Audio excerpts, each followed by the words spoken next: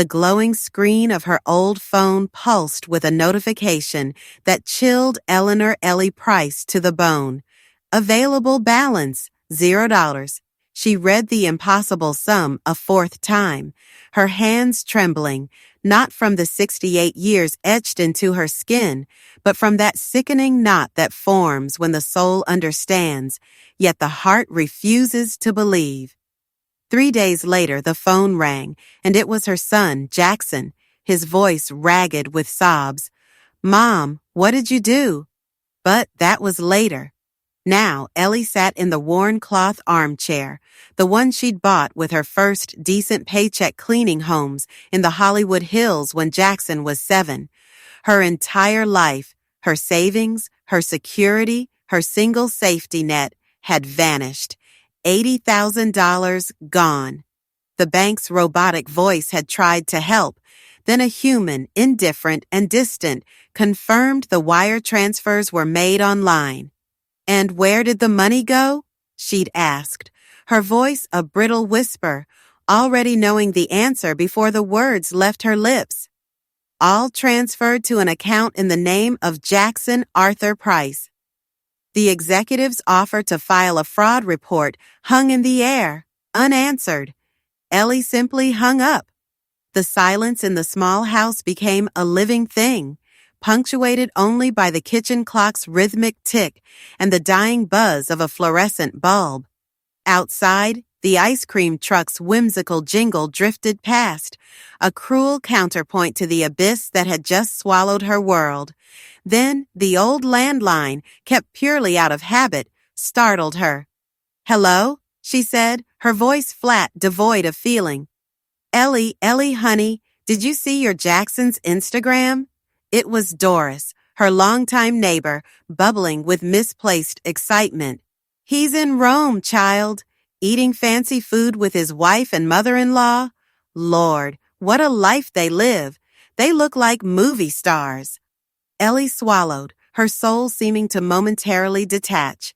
She moved slowly, a phantom in her own home, to the drawer where she kept her old smartphone.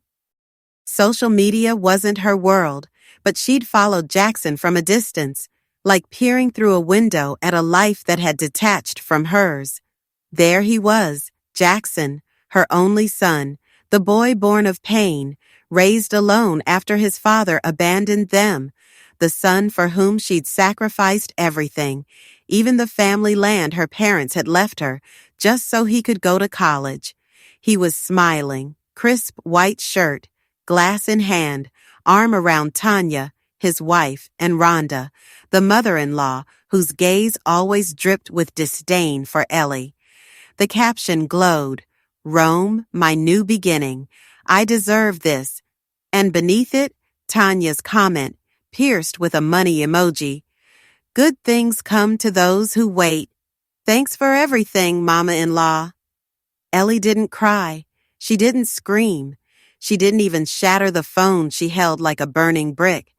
Instead, a slow, unfamiliar smile crept onto her face, a smile of profound, chilling understanding, as if a truth long hidden had finally, irrevocably surfaced. Miles away under the cloudy Roman sky, Jackson raised his own glass, blissfully unaware. "See?" Tanya purred, sipping expensive wine. "It was a good idea to take the money. She's gonna die soon anyway. Better we use it before it goes to medical bills." Rhonda, her mother, let out a harsh, cackling laugh. "Clueless old lady. She doesn't even know what a plane is. She was never gonna do anything useful with that cash." Jackson said nothing, eyes gleaming as he gazed at the Colosseum. A subtle tremor ran through him, a feeling he'd learned to suppress since childhood, when hunger pangs were met with his mother's quiet promise, "Hold on, baby, we'll have it tomorrow." That night, the walls of Ellie's house seemed to press in, ancient and burdened. Photos of Jackson, a small boy, a gawky teenager in his first uniform, a proud graduate clutching his diploma, stood sentinel on the shelf. Everything she had done for him. At 18, she'd sold her engagement ring for his high school tuition. At 23, she'd given him the land her daddy left her. At 30, she'd helped with the wedding expenses, despite Tanya's coldness. She'd cooked for him, washed his clothes, cleaned up his messes, only to watch him drift further away. "Mom, you don't understand this world." He'd always dismissed her. "Things aren't done like they used to be. Tanya and I have big plans.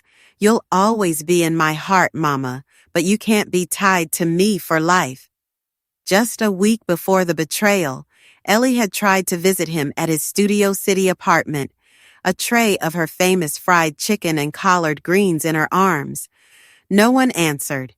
She'd waited 2 hours under the unrelenting sun until the doorman approached. "Are you looking for Mr. Jackson Price? I was instructed not to let you in if you come unannounced." Her throat tightened. "And why is that?" The doorman merely shrugged.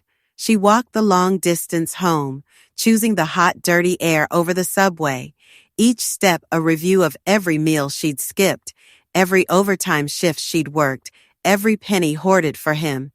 That same evening, Doris arrived, bearing pecan pie and coffee. "You've always been strong, Ellie. Don't let this break your heart. Jackson is young. Maybe he'll come to his senses." Ellie sighed, her gaze distant. "Do you think children ever regret it, Doris?" "Yes, of course they do. When their mother isn't around, they realize everything." "Well, I hope it's not too late when he realizes." "And what are you going to do?"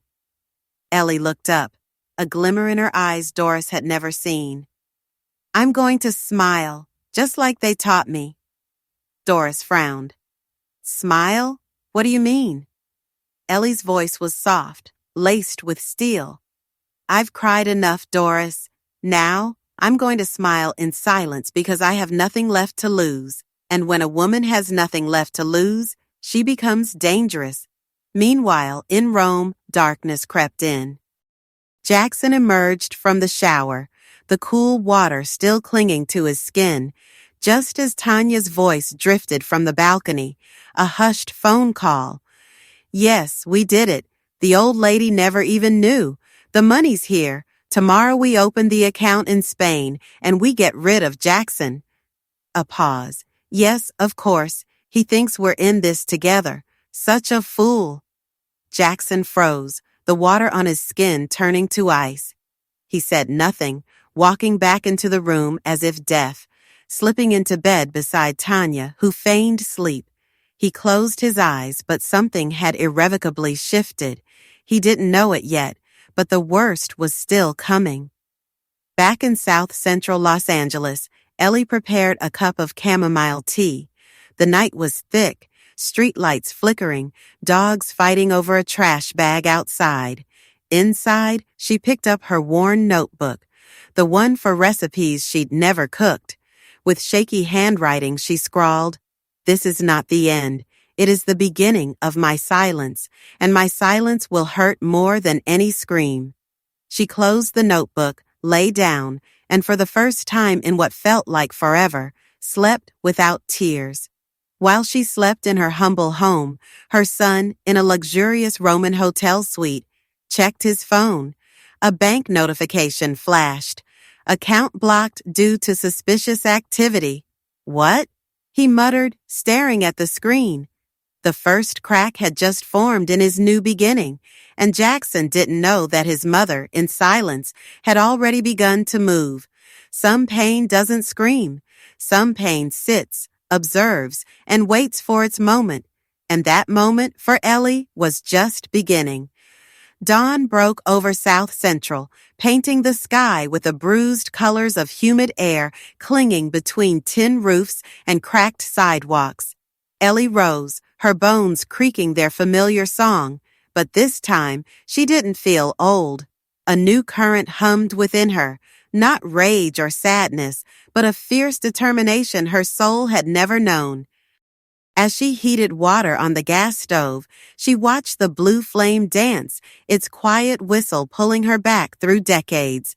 She was 14 when she started cleaning houses in Brentwood, a girl with uneven braids, dark skin, and hands raw from cheap soap. She knew every stain remover, every trick to folding the boss's shirts.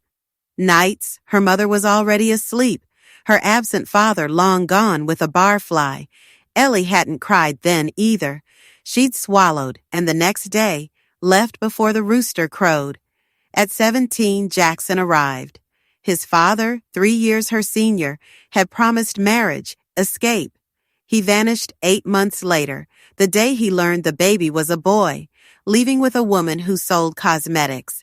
Again, Ellie hadn't cried. She'd clenched her jaw, adjusted her scarf, and walked out, seeking more houses to clean. She raised Jackson alone, carrying him on her back as she washed other women's clothes. When he learned to walk, she taught him to play with detergent caps, imagining race cars. They had no toys, but they had stories. No refrigerator, but hot soup. No television, but lullabies she sang until he slept. He was her entire world. When Jackson turned 6, one of Ellie's clients offered to pay for his private elementary school, provided Ellie agreed to work full-time and live in. It was a choice she didn't hesitate to make. Ellie never thought twice. Not when she left the rooftop patron's apartment she called home, nor when she crossed the city every weekend, hands full of notebooks or snacks. Her heart overflowing, ready to absorb whatever her son, Jackson, wished to share. She watched him grow, his frame lengthening, his voice deepening. She taught herself to sign her name with a trembling hand for his school papers, deciphered labyrinthine doctor's prescriptions, then the cryptic language of bank statements. Illiteracy was a cage, but she'd learned enough to rattle the bars, or so she believed. At 16, Jackson, gangly and earnest, promised, "Mom, when I make it big, I'll buy you a house where the coal can't seep through the walls." Her response was immediate, a soft counter-promise. "Don't buy me anything, son. Just don't forget me." Then came college, a ravenous maw. Ellie sold the last tangible piece of her past, a patch of Georgia earth her father had bequeathed her, land where she'd once dreamed of a small cabin. It went for a song, barely covering Jackson's enrollment fee. No hesitation. "My son is gonna be an accountant," she'd beamed to her neighbors, a prophecy spoken with fierce pride. "He's gonna get out of this life." He did get out, but not as she'd imagined. Third semester, he met Tanya. Stick-straight hair, nails like talons, a smile that belonged on a glossy magazine cover. From the first glance, a cold dread settled in Ellie's stomach. Not jealousy, but a deeper, visceral understanding. This woman was a taker, pure and undiluted. Tanya came from that brittle, performative class. Her mother, Rhonda, adorned in counterfeit designer clothes, speaking with a studied European lilt. Their first visit to Ellie's humble apartment was a masterclass in subtle contempt. "What a lovely color," Rhonda purred, her gaze sweeping the faded walls. "So rustic." Tanya, barely above a whisper, delivered the killing blow, a phrase Ellie would carry like a stone. "I don't know how Jackson grew up here. This looks like a shelter, not a home." Ellie, ever smiling, felt something within her crack, a hairline fracture barely visible. Years bled into a pattern. Tanya, a creeping vine, first requested fewer visits, then insisted Ellie withhold opinions, eventually banning her from certain family events where she simply didn't fit in. Jackson, caught in a drugged haze of infatuation and ambition, drifted further. One evening, he appeared unannounced, the last time he would do so. She'd prepared pot roast and gravy, his childhood favorite, the aromas clinging to the air like a desperate hug. "Mom," he started, eyes fixed on his plate. "Tanya says you're too involved, that you don't let us grow." Ellie's food lay untouched. I just want you to be happy, son, she managed, her voice thin. I don't need you to take care of me anymore, he shot back, a barb crafted to wound. I'm a man now, and men forget who made them men.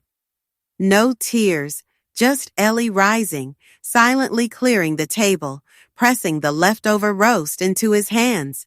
The following months were a slow, excruciating parade of dismissals. Tanya seized control of Jackson's finances, engineered new bank accounts, and fed him the poison Ellie was limited, couldn't understand modern life. Jackson, a marionette strung between aspiration and manipulation, complied. But Ellie, silent as she often was, observed. A mismatched bank receipt here, a missing statement there, an insurance policy she never authorized. The pieces began to align, cold and sharp. She sought out Walter, her first love, a childhood neighbor, now a lawyer living amidst a life's accretion of paper. Walter, she began, her voice carefully neutral, how can I find out if someone is using my name for strange things? He peered at her over his spectacles, a kind, knowing glint in his eyes. Are you in trouble, Ellie? No, she replied, but I feel like my son isn't my son anymore. Walter, after weeks of poring over documents and transfers, invited her back. Ellie, your son placed you as a guarantor on a joint account. You didn't sign, but the signature. It's there. Ellie shook her head slowly. But I can barely write more than my name. Walter's gaze softened. They forged your signature. They've been siphoning money for 6 months.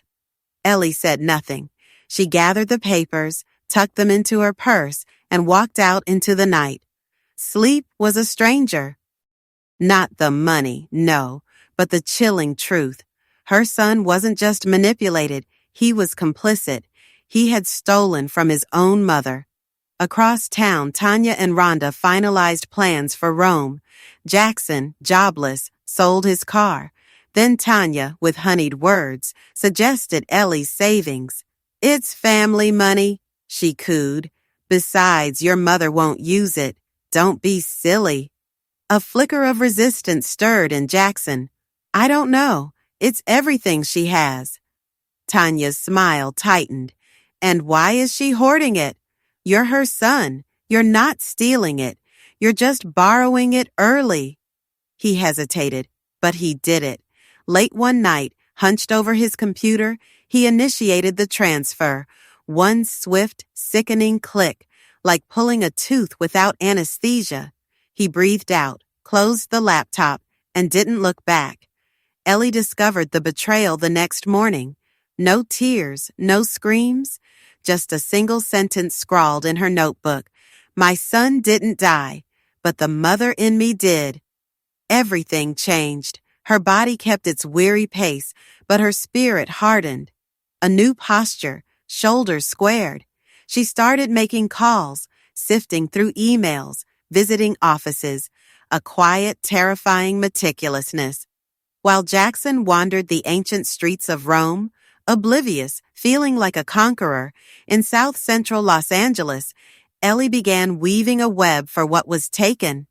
Tanya, meanwhile, was already charting her own escape route. Jackson could not know, not yet. The woman he remembered was gone. In her place, a wounded mother, yes, but an alert one. And a wounded mother, once awakened, will go through hell and back. The betrayal itself no longer stung. What truly fractured her was the certainty of having been invisible, used, erased, as if she had never mattered at all. Ellie would not vanish in silence, because sometimes what mothers keep silent about can also kill. Ellie said nothing. Not then, not the next time, nor the time after that. Her silence was no longer a bleeding wound. It was a sharpened blade, observing, cataloging, calculating. Words choked in her throat, empty of meaning. Because when a mother realizes she's been replaced by a mask, she doesn't scream. She transforms. Jackson, caught in the gilded cage of his new life, didn't notice or didn't want to. His world no longer carried the scent of freshly laundered linen or brewing coffee. The voice that stirred him awake now chirped, "Sir," not "my baby boy." It was a clean, elegant, empty life. Tanya wrapped herself around his world, possessing it as if by divine right, and he, enchanted, let her. He admired her polished words, so unlike Ellie's, her graceful stride and impossible heels, the casual way she laid claim to everything in her path. Yet beneath her easy laugh and curated social media was a subtle, cruel, precise machine. Tanya knew what she wanted: a name, a surname, a bank account, and a man to prop up her elaborate facade. The first cuts came disguised as jokes. "Honey, why does your mother always have to have an opinion on everything?" Tanya would ask, lacquering her nails. "I don't want our child to grow up surrounded by poverty-level thinking." Jackson would offer an uncomfortable chuckle. "It's not that she wants to have an opinion. It's just hard for her to let go of control. She's always been like that." Tanya would fix him with a steady gaze. "It's not control. It's pity disguised as love. Women like your mother think they're martyrs for raising kids alone, but they don't realize the past doesn't give us the right to drag others down. I don't want that for you, for me, or for our children." Slowly, Tanya chipped away at Ellie's access. Initially, they were too busy. Then, "It's better to meet in public," until finally, she declared herself uncomfortable in Ellie's musty-smelling house. Jackson assimilated each decree. When Ellie, her eyes no longer naive, asked why their visits dwindled, he'd lower his head. "Too much going on, Mom. Work, wedding stuff, you know." Ellie would simply nod, but she was no longer naive. She was a quiet seamstress, meticulously mending a torn canvas. Rhonda, Tanya's mother, soon joined the fray, never with overt insults, but with phrases honed to sound educated, yet perfectly barbed. "Miss Eleanor," she'd inquire with false sweetness, "I apologize if I'm direct, but didn't you ever think of moving to a more decent neighborhood? I mean, you're older now. This area isn't safe, and with that money you have saved, you could buy something better, no?" Ellie met Rhonda's gaze, unblinking. She said nothing, but inside, a final fragile piece of her broke. That day, she understood. They didn't just want her far away. They never wanted her close. One Sunday, at a family lunch orchestrated by Tanya, Ellie seized her moment. Rhonda was in the restroom, Tanya distracted by her phone. Ellie looked at Jackson, her heart aching with the familiar love, but her voice, steady as stone, held no quiver. "Son, are you sure this woman is right for you? Have you noticed how she looks at you when you're not looking? How she talks about me?" Jackson swallowed hard. Tanya looked up from her phone. Rhonda walked out of the restroom. The heavy air before a storm, thick with unspoken things, pressed down on the room. Then Jackson's voice ripped through it, sharp and cruel. "That's enough. Mom, you're jealous because I have another woman now. You won't say it, but I know you think it. You never wanted anyone else to matter to me." Ellie didn't recoil. Her face remained a still canvas, only her gaze dropping to her plate. Her fork clanged softly as it met ceramic. In that sudden, echoing silence, a deeper certainty settled within her. She had lost him. When they parted ways that afternoon, no one offered a hug, no hand lingered. Arriving home, she slid off her worn shoes with a quiet grace, as if even in solitude, she feared disturbing someone. She sat on her bed, a question hanging in the air. How long had it been since her son had last said, "I love you," without prompting? The answer was a blank space in her memory. The weeks that followed blurred into a hell disguised as routine. Tanya and Rhonda, two sleek, predatory shadows, began a regular presence at Jackson's office. They brought him lunch, their laughter tinkling like loose change, and spoke in hushed tones of business and investment, weaving a silken trap. One afternoon, Tanya, her eyes gleaming with a possessive fire, asked for access to his accounts. "Trust me," she purred, peeling off her shirt with a practiced ease. "Or are we not a team?" Jackson, caught in the intoxicating haze of lust and a profound foolishness, predictably capitulated. Ellie, however, was not idle. A prickling unease had germinated into a cold certainty. Something was terribly wrong, but the proof eluded her. She found herself drawn to Brenda, her neighbor, a woman with the quiet precision of a retired accountant who now taught children to navigate numbers. "Brenda," Ellie confessed, her voice barely a whisper, "I need your help. How do I tell if someone is messing with my accounts?" Brenda's brow furrowed. "Your son?" "Yes. Do you have your bank statements?" "They stopped coming, and transfers. I've never made one. I don't even know how." For several nights, under the soft glow of a kitchen lamp, Brenda patiently guided Ellie's trembling fingers across her cell phone screen. She showed her how to navigate the portal, how to scrutinize transactions, how to distinguish a deposit from a gaping withdrawal. The first time Ellie saw the list, it felt as though the entire world had caved in. Large sums, recent dates, transfers aligning precisely with Jackson's visits or his requests for documents. Money bled away without explanation. "He had access," Ellie murmured, her voice hollow. "He asked for it, for some paperwork, said it was for insurance." Brenda's gaze was unflinching. "Ellie, that's not paperwork, that's theft." Her heart fractured into 1,000 silent pieces, but no tears came. Instead, she asked for a notebook. Page after page, she meticulously cataloged every transaction. Date, time, amount. Every stolen dollar would have a name etched beside it. Then, one Friday night, when despair threatened to overwhelm her, Brenda pointed to a specific entry. "See this transaction? They activated a joint account in your name, but the signature, it's not yours. It's a crude copy." Ellie's finger hovered over the screen, the image an open wound. They hadn't even bothered to hide it. A beat of silence, then Brenda's quiet question. "What are you going to do?" Ellie closed her phone, drawing a slow, deliberate breath. "Nothing," she said, her voice flat. "Not yet." Meanwhile, in Rome, a different kind of unease was coiling in Jackson's gut. Not guilt, but the unsettling shift in Tanya's gaze. Her kisses had lost their spark.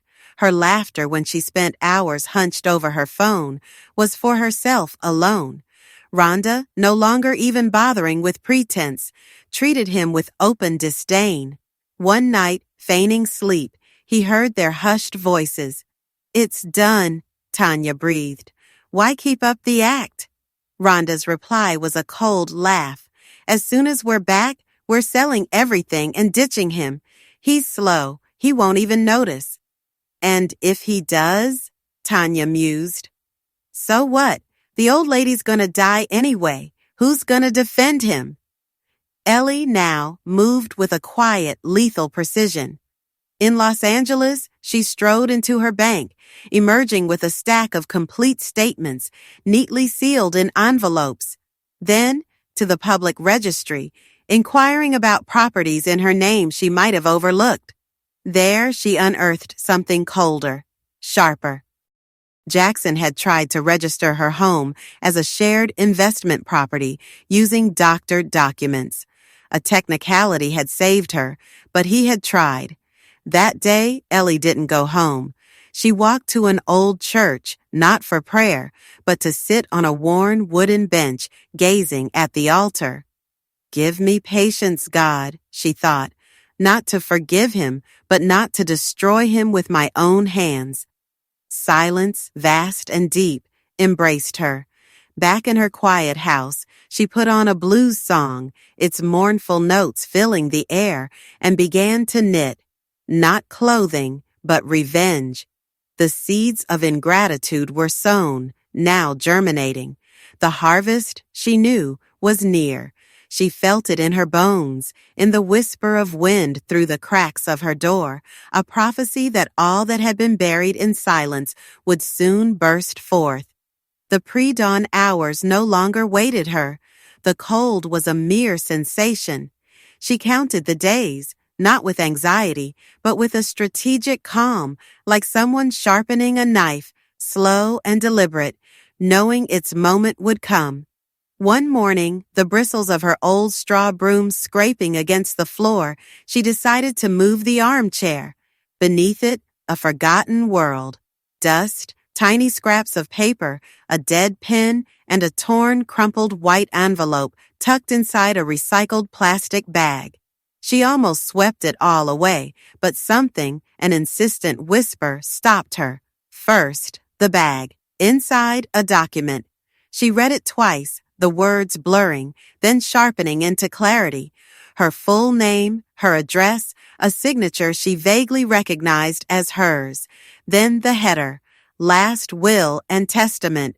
A sudden, icy vice squeezed her chest. Sitting on the floor, the document spread across her lap. She read it again. A will, drafted to bequeath her house and savings to Jackson upon her death, complete with her forged signature. The silence of the house pressed in, deeper, heavier than ever before. Only the ticking clock and a distant dog's bark dared to break it. No tears, no shock. But something did break this time. Not the betrayal itself, but the undeniable, horrifying confirmation. She called Walter. Come over. What happened? I found what you needed to see. 2 hours later, Walter sat in her kitchen, the document in his hands. He read it slowly, shaking his head. Ellie, this isn't just illegal. It's dangerous. If he'd filed it, you could have lost everything without ever knowing. He paused, looking at her. Do you think it was him? Walter didn't answer. He simply placed the paper on the table. This isn't your signature, and you don't know how to draft a will. This is obviously not yours. The most serious part? This is a draft. If there's a draft, there's likely been a real attempt to file it. Ellie looked down at her hands, wrinkled by years of labor, yet still steady. She remembered the day she made the final mortgage payment, 30 years of struggle, reheated meals, broken shoes, scorching heat, cleaning other people's messes, enduring shouted commands. All for this, a home of her own, something no one could take. He wanted to kill me on paper, she said, her voice flat, devoid of inflection. Walter looked up, unsure if it was a metaphor or terrifying truth. The silence stretched until the soft gurgle of coffee on the stove filled the void. And now, what are you going to do? Walter asked. Ellie smiled, a slight knowing curve of her lips, the same smile Jackson had never learned to read. Now, she said, I'm going to bury him, but awake. Less than 3 days after that discovery, the phone rang. Dr. Evans, her internist, on the line. I need you to come in, Miss Eleanor. Today, if you can. A tremor ran through her legs, but she walked to the medical center with the same dignity that had carried her through everything. In the office, in her usual clothes, her scarf tied neatly, notebook in hand, she met the doctor's gaze. It held a compassion that smelled of farewell. We did new blood tests, Doctor. Evans began, his voice soft. The results are not good. She didn't reply, just looked at him, awaiting the words she already knew. You have leukemia, ma'am. It's in an advanced stage. It pains me to tell you this way, but there's no time for pleasantries. Your immune system is severely compromised. We estimate about 6 months. Ellie froze, her eyes fixed on a small bird-shaped patch of dampness on the wall. No tears, No questions. Do you understand what I'm telling you? I understand how much it costs me to die with dignity. The doctor shifted uncomfortably. There are options.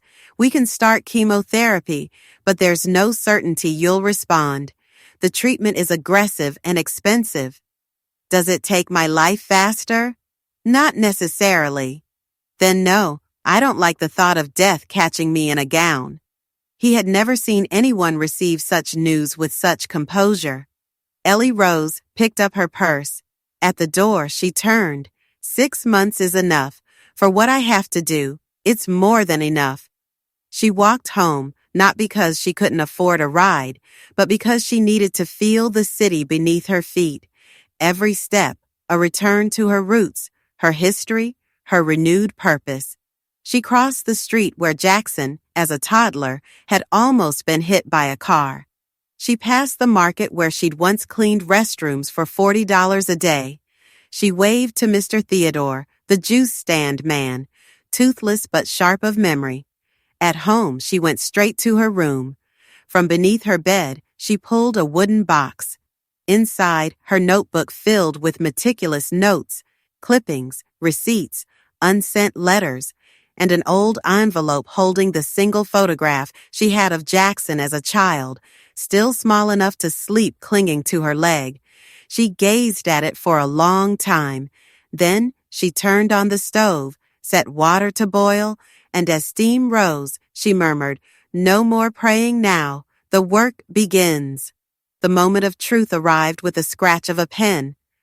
Eleanor Vance, her gaze steady, signed the preemptive complaint alongside Walter, not as a grieving mother, but as a citizen betrayed. They laid bare the forged signature, the brazen attempt to seize her property, every piece of evidence meticulously stacked. Then came the audacious request: freeze the bank account Jackson had plundered.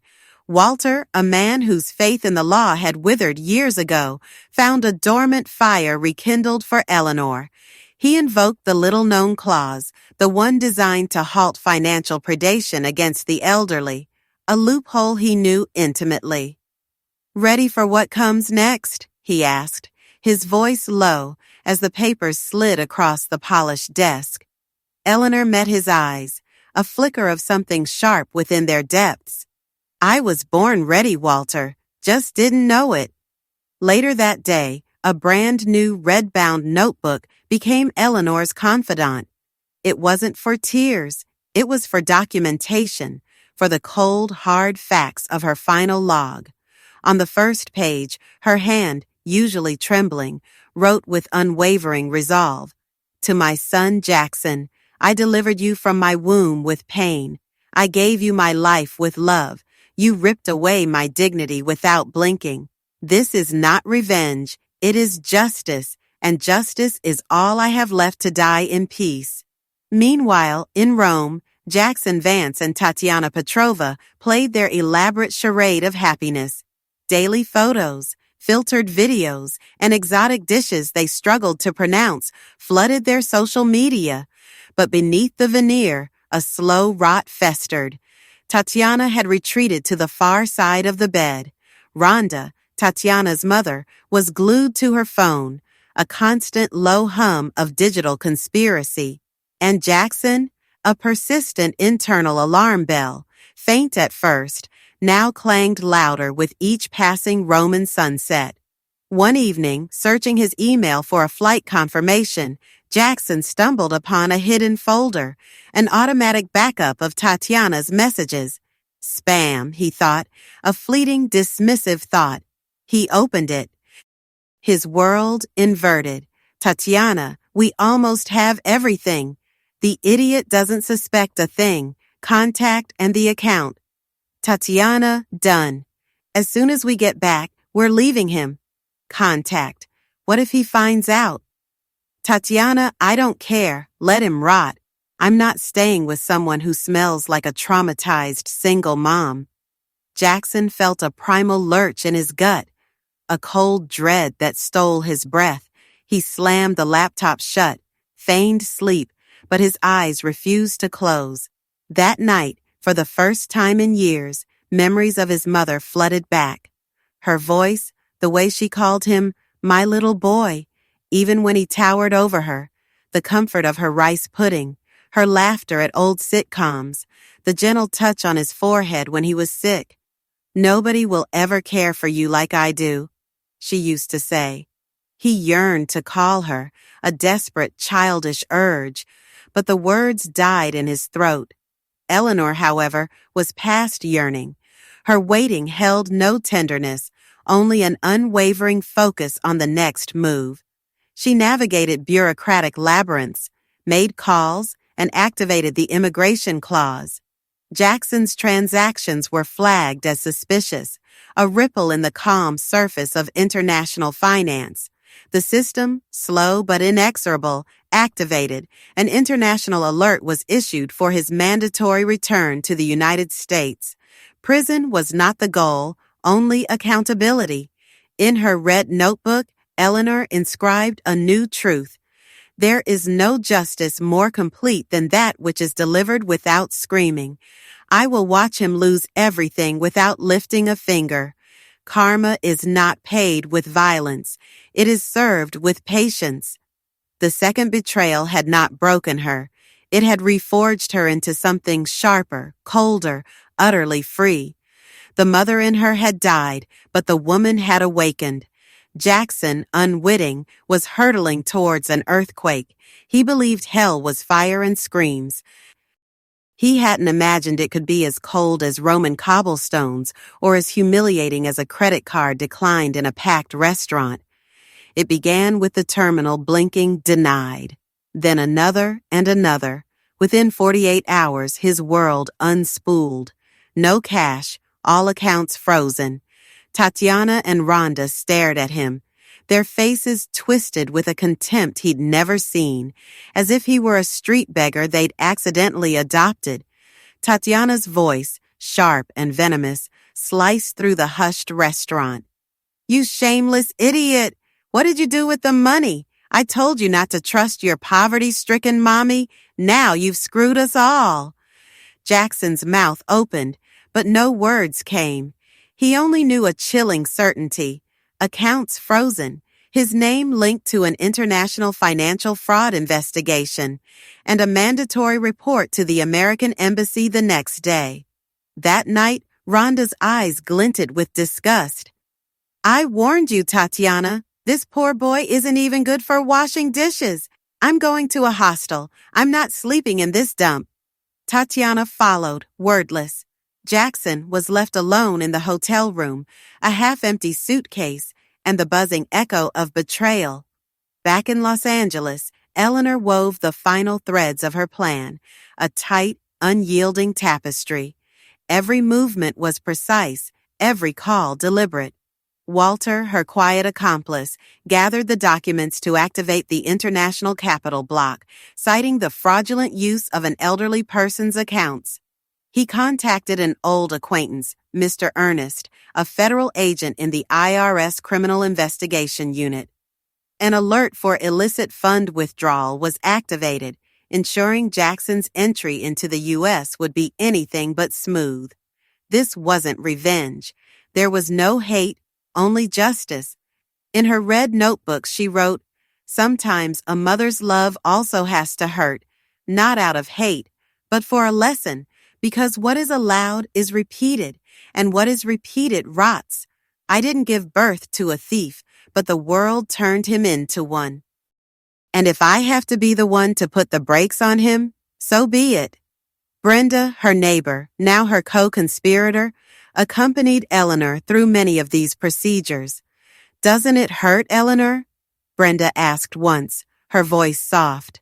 "Of course it hurts," Eleanor replied, her eyes distant. "It hurts like tearing off my own skin, but there are pains that heal." The embassy meeting was a public execution of Jackson's ego. He was led into a cold, windowless room, facing a young lawyer and a translator whose voice was as devoid of warmth as the fluorescent lights. An active complaint in the U.S., funds frozen by preemptive order. He had to account for everything upon his return. Jackson left with a defeated slump, his world crumbling. He thought of his mother, her voice, her gaze. He knew with a horrifying certainty that this was her doing. Then, like a lost child, he dialed her number. "Mom?" He choked out the moment she answered. Eleanor, in her kitchen, was cleaning black-eyed peas with her old strainer, a picture of domestic calm. Her hand trembled, but she held the phone steady. "Mom, what did you do? They took everything from me. I'm alone. Tanya left, Rhonda too. They say you did this." Eleanor remained silent for a long moment, then took a deep breath. Her voice was serene, firm, emanating from a place he could no longer reach. "I didn't take anything from you, son. I just stopped what you were taking from me." His voice cracked. "Mom, they want to arrest me. You said you would always be there for me." "I was," she replied, "until you stopped being there for yourself. Please help me. I don't know what to do." "Learn?" And she hung up. No tears, no apologies, no explanations. For the first time, she allowed herself to believe her son needed to suffer to understand. Sometimes, pain teaches more than love. That night, Eleanor didn't sleep, not from anguish, but from purpose. She sat down to write him a letter. Not a farewell, but an emotional testament, destined for the last page of her red notebook, for when he finally came home. "My dearest Jackson, you were my reason for getting up every morning. You were my fight, my strength, my pride. I gave you what I had and what I didn't. I denied myself food, rest, and company for you. And I don't regret it. I did it with love. But you forgot who you were. You surrounded yourself with ghosts in expensive perfume, and in their eagerness to kill me while I was alive, they forced me to wake up. I don't hate you. I couldn't. But I am no longer the woman who waits in silence for her son to remember her. Now I am the one who teaches you, even if it hurts. And if you ever truly repent, this letter will be here, not to save you, but so you can't say no one warned you." At the bottom she drew a small heart, the last tender gesture she had left. Jackson wandered the streets of Rome, aimless. He slept in cheap hostels, sometimes ate, sometimes didn't. No one answered his calls, neither Tatiana nor Rhonda. He knew his return to the U.S. wouldn't be a landing, but a crash. Finally, he booked a return flight, scared, ashamed, cold to the bone. He knew they were waiting for him, not with hugs, but with outstanding debts. Eleanor, for her part, was ready. Her health was failing, but her soul was luminous. She shaved her head in her bathroom with sewing scissors before the chemo could claim her hair. Looking in the mirror, she said, "Now I look like who I am." Walter accompanied her to her last doctor's appointment. The doctor confirmed the cancer's rampant advance. Eleanor nodded calmly. "You know," she said, her voice clear, "I was never afraid to die. What hurt me was not being able to leave in peace, but now I know I will leave with everything settled." That night, alone in her bed, a sharp pain tore through her chest. She doubled over, but made no sound. She simply hugged herself, murmuring her son's name, not as a complaint, but as a final farewell. The silence of the storm had arrived, the quiet before the collapse, the feigned calm that precedes the inevitable. The plane's wheels kissed American tarmac, but a profound stillness held Ellie in its grip. No surge of emotion, no flutter of surprise at the captain's rote welcome, or the unfamiliar symphony of airport announcements, just a hollow calm. The glass ceilings of the terminal, the rush of foreign faces, were all a blur. She hadn't traveled to admire. She had crossed an ocean to close a chapter, not as a mother, but as a witness to a dismantling. Almost 70, her frame indeed trembled, yet it was not fear that shook her, but the tremor of a body long acquainted with pain, a landscape of chronic ache. What truly anchored her, unwavering, was purpose, To afford this passage, she had shed fragments of her past. A blender, the grand living room mirror, even a ring she had worn since Jackson was a boy. The cost was negligible, a mere pittance for the emotional freedom she craved. Walter, a silhouette against the arrival's gate, lifted his hat as she approached. He had arrived a day prior, weaving through bureaucratic knots, pulling strings with an old consular official, a friend, and, crucially, the son of a single mother who understood without words. "You don't look like a woman about to face her son," Walter observed, his voice a low rumble. Ellie's gaze didn't quite meet his. "And you don't look like a retired lawyer." "Are you sure about this, Ellie?" "I'm alive," she stated, the stark simplicity of it a challenge. "That's enough." They moved toward the car. Walter, a lawyer by trade, a diplomat by habit, tried to ease the strained silence with practiced anecdotes, but Ellie merely stared out the window. Conversation was a distraction she couldn't afford. She had one final brutal task. In her worn purse, a thick yellow envelope lay heavy, not with material value, but with an eternal crushing weight. Across the city, in a sterile hotel room, Jackson confronted his reflection. Sunken eyes, a wild, unkempt beard, his face a battleground of exhaustion and raw panic. Today, he would step into the American embassy, not just to sever his name from joint accounts with his mother, but to sign away any pretense of innocence. The official declaration was an admission. He had managed those accounts with forged documents. The bargain was a stark trade, no immediate arrest, but a banishment to an economic watch list.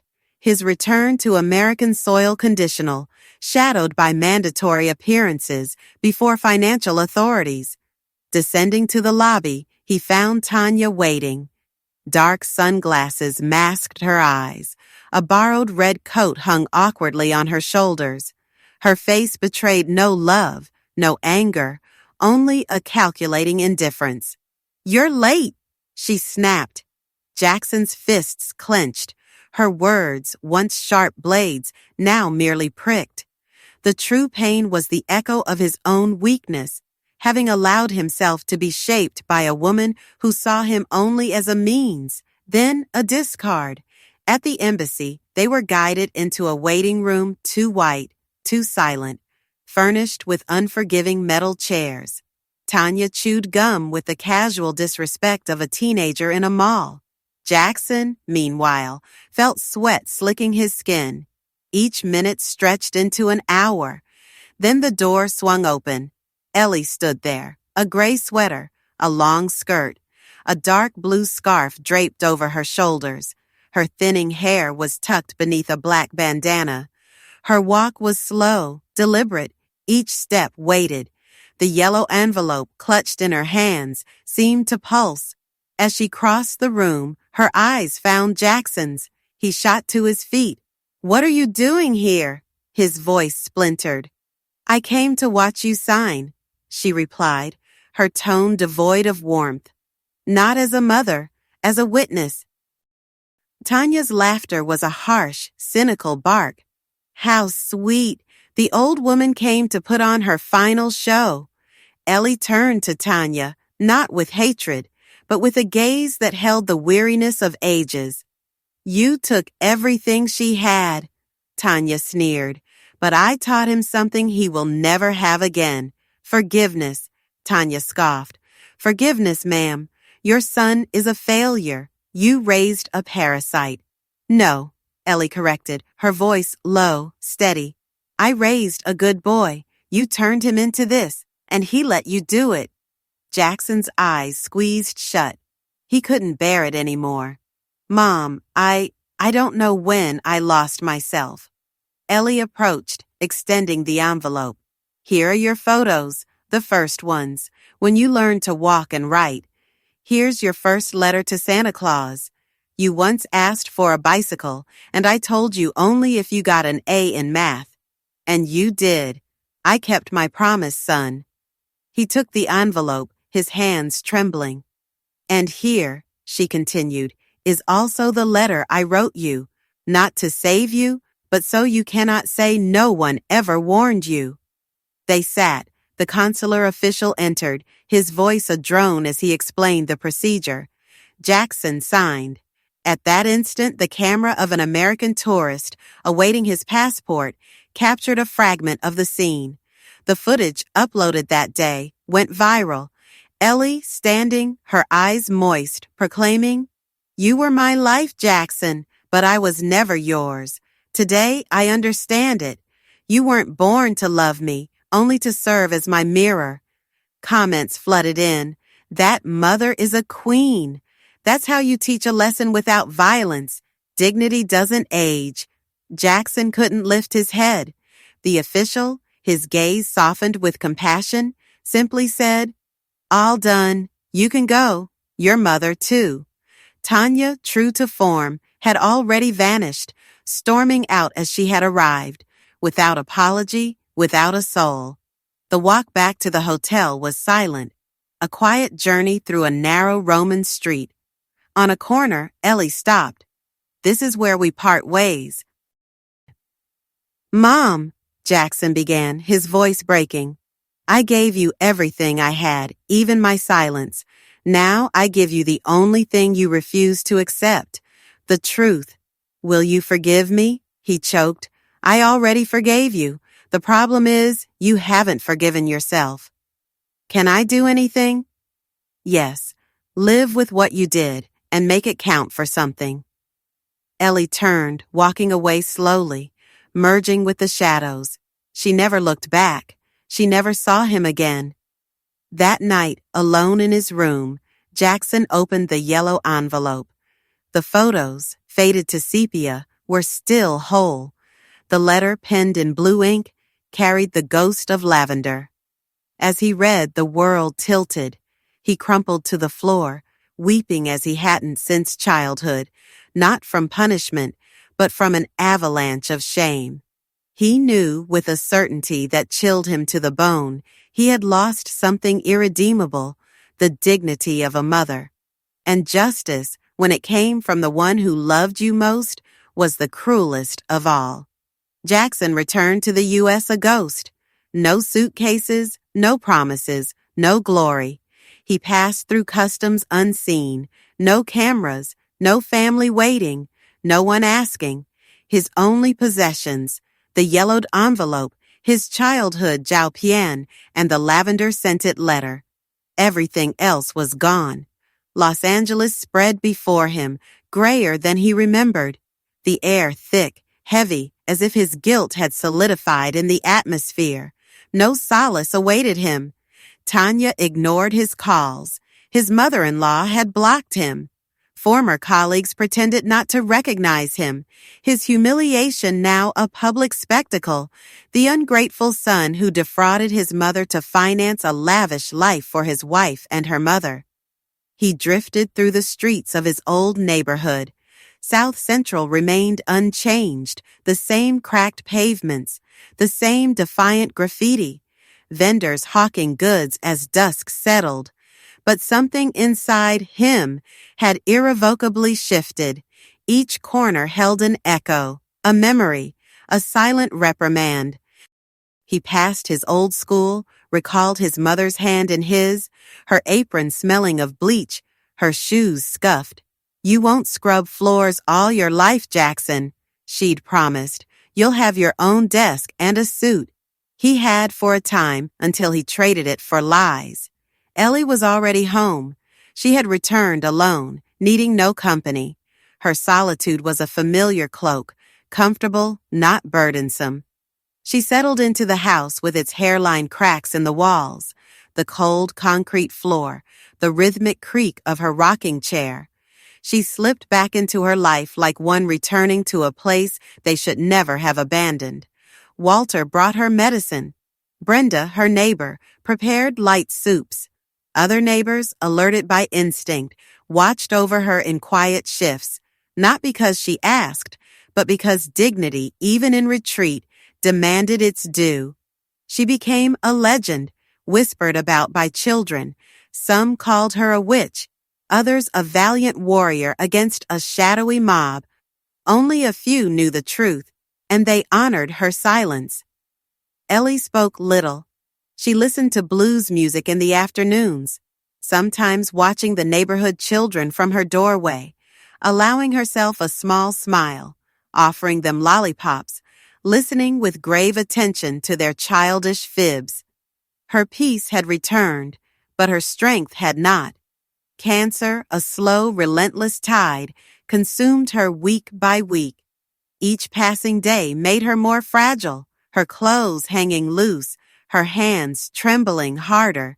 Yet she moved through her house, a stubborn, unyielding presence. She never let herself fall. One Sunday morning, Jackson approached her door, a bag of donuts heavy in his hand. He had wrestled with himself all night, sleepless, famished. But something deep within him demanded this pilgrimage. He didn't expect her to open the door. He just needed to see her, to confirm she still breathed. From the opposite sidewalk, he saw her in her rocking chair, an old sweater draped over her shoulders, a shawl wrapped tight. Her face was gaunt but not broken. She smiled at two children playing nearby. One offered her a crumpled wildflower, and she embraced him as if he were her own kin. Jackson didn't cross the street. He only watched. A knot tightened in his throat. Slowly, he placed the bag of donuts on her porch and walked away, unheard. Ellie didn't look up, but she felt him, and she didn't open the door. Not that day. Over the following weeks, Jackson Rojas came and went like a phantom, always at the same hour. He left small things, a bouquet of jasmine, a crisp pastry, a note without a name. But he never knocked. To force his presence would be to claim a right he knew he didn't possess. He was merely offering a small, desperate penance against a debt that felt infinite. One cool evening, Ellie Vargas reached for her worn red notebook. On the very last page, her hand trembled slightly as she penned her final thoughts. It was brief, concise, much like her life had been lived. "My son," it began, each letter a fragile etching against the lined paper. "Love is not demanded, it is given. If you have learned this, you are not lost anymore. Do not search for me when I am gone. I will be in every mistake you choose not to repeat, in every act of kindness you do without expecting anything in return. If you wish to forgive yourself, begin by forgiving others." The pen hovered, then continued. "And should you ever see your mother reflected in the eyes of another woman, do not fail her. That will be my redemption." She signed her full name, Elena Vargas.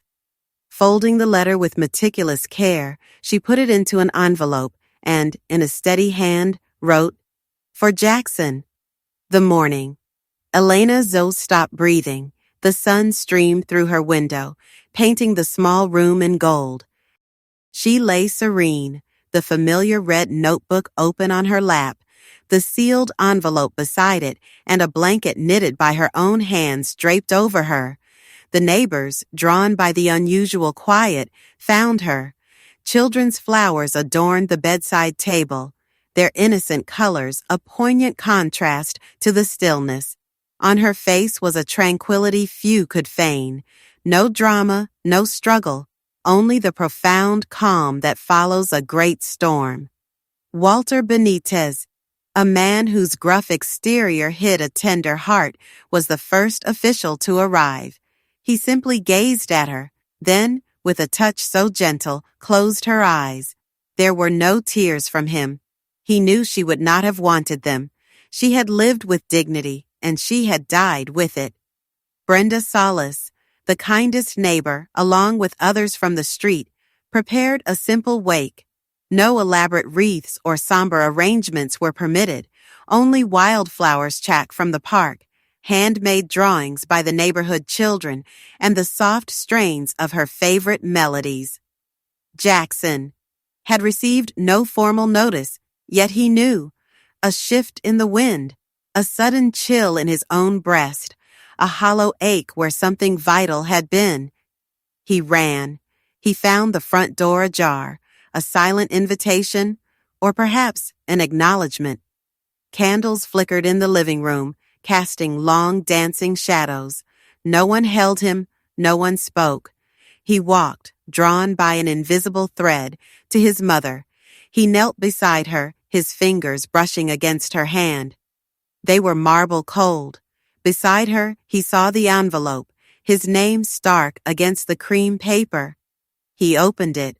Alone in that flickering room, he read every word aloud, his voice a raw whisper. He wept, but it was not the violent, tumultuous crying of his past.